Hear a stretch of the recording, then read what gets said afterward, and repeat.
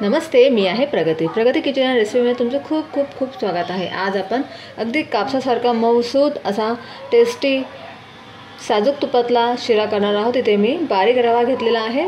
तुम्ही शिरा करण्याकरता असा बारीक रवाच घ्या, जाड रवा घेऊ नका, म्हणजे याचा शिरा पण छान बनतो, अगदी मऊ आणि कापसासारखा अगदी छान लुसलुशीत बनतो। तर आपण इथे मी अर्धी वाटी रवा घेतलेला आहे। आता इथे मी एका साईडला कढई ठेवली आहे तापायला आणि एका साईडला दूध ठेवलेलं आहे। तुम्ही फक्त पाणी टाकून हे करू शकतात रवा, आणि फक्त दूध टाकून हे करू शकतात, किंवा दूध आणि पाणी मिक्स करून सुद्धा तुम्ही शिरा करू शकतात। आता आपण दूध गरम करायला ठेवलं, इथे कढई पण ठेवली मी गरम करायला। आता कढईमध्ये मी टाकणार आहे इथे मी घरी तयार केलेलं माझं हे शुद्ध तूप आहे। इथे मी 2 चमचे 1 ते 1.5 चमचा मोठा असा साजूक तूप टाकणार आहे। ते तूप आपल्याला छान गरम होऊ द्यायचं आहे। मग आपण ते टाकूया आपला बारीक रवा, आणि आपल्याला मंद आचेवरती याला छान शेकून घ्यायचं आहे। तुम्ही गॅसची फ्लेम ना थोडीशी मंदच करा, म्हणजे आपला रवा छान शेकला गेला पाहिजे। रवा छान शेकला ना की मग आपला शिरा पण छान बनेल, अगदी मऊसूद बनतो तो। आता आपण 5 मिनिटापर्यंत मी याला छान तुपावर शेकून घेईन।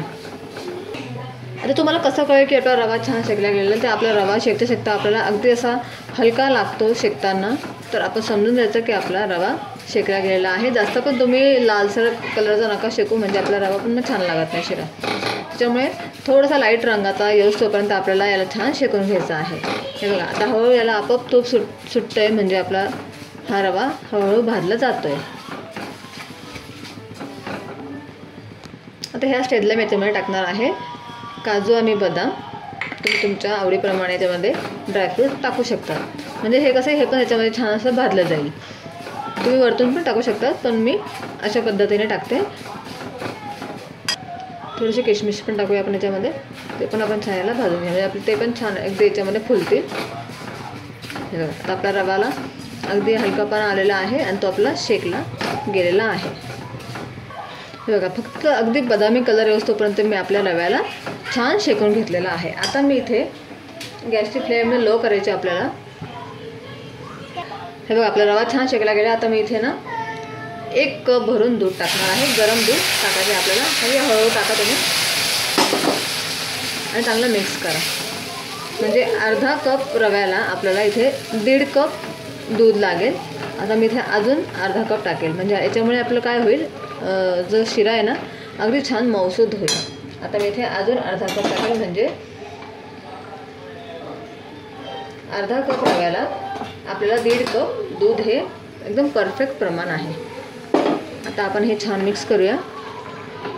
रवा ना आपोआप हे दूध सगळं ॲब्झॉर्ब करून घेईल, आणि दुधाचं प्रमाण किंवा पाण्याचं प्रमाण अगदी योग्य आहे, तर आपला शिरा आहे ना अगदी मस्त मऊ आणि कापसासारखा असं छान बनतो, लुसलुशीत बनतो।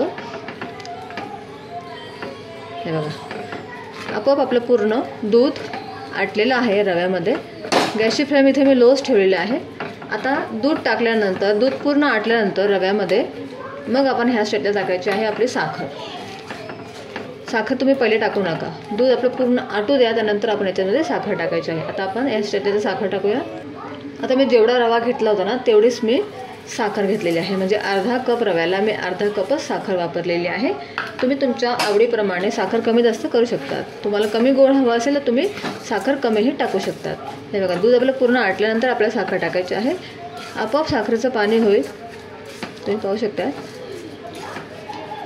दूध टाकल्यावरती लगेच त्याच्यामध्ये साखर टाकू नका, नाही तर मग आपला रवा ना बरोबर नाही बनत, शिरा छान नाही बनणार। हे बघा, अशा पद्धतीने आपोआप त्याला आपल्या साखरेला पाणी सुटेल। किती छान दिसतंय बघा तुम्ही, आणि अगदी मस्त सुगंध येत आहे। आता आपण ह्या स्टेजला टाकूया याच्यामध्ये वेलदोड्याची पूड। वेलचीची पूड टाकून आपण छान याला मिक्स करून घेऊ एकदा। हे बघा, किती मस्त छान टेक्स्चर आलेलं आहे आपल्या रव्याला, तुम्ही पाहू शकता। आता आपण याला मिक्स व्यवस्थित हलवून घ्यायचं आहे, आणि आता मी याला ना 1 ते 2 मिनिटाकरता छान अगदी असं झाकून वाफू दे। आता मी झाकून एक वाफ काढून घेईल। हे बघा, आपला शिरा अगदी मस्त वाफला गेला आहे, तुम्ही पाहू शकताय। अगदी छान मऊ लुसलुशीत बनलेला आहे.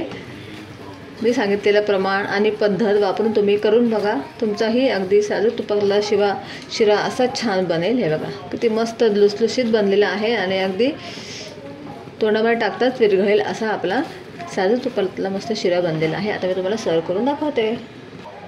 हे बघा तयार आहे आपला मस्त कापसासारखा मऊ असा साजूक तुपातला शिरा. अगदी मस्त लुसलुशीत आणि मऊ बनलेला आहे. तर तुम्हाला मी सांगितलेलं अगदी योग्य प्रमाण घेऊन तुम्ही हा शिरा करून बघा. अगदी मस्त मऊ होईल.